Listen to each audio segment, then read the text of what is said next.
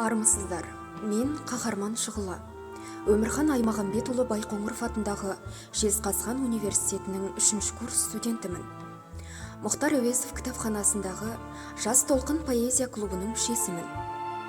Жеңістің 75 жылдығына орай ұйымдастырылып отырған Ерлік жырын жырлаймыз атты поэзия марафонын Серкебай Қызғалдақтан қабыл алдым. Жиенкулова Ақеркеге жолдаймын. Қан майданның жүректе жарасы бар, қайғысы мен сілі бар, наласы бар. Арамызда жүретін алшаң басып ардагерлер, азайып барасыңдар. Қастерлейді халқымыз қаһарманын, жүр есінде сан жарық сапарларың. Қайран ерлер, қаһарман ардагерлер, қалдау сирек бұл күнде қатарларың.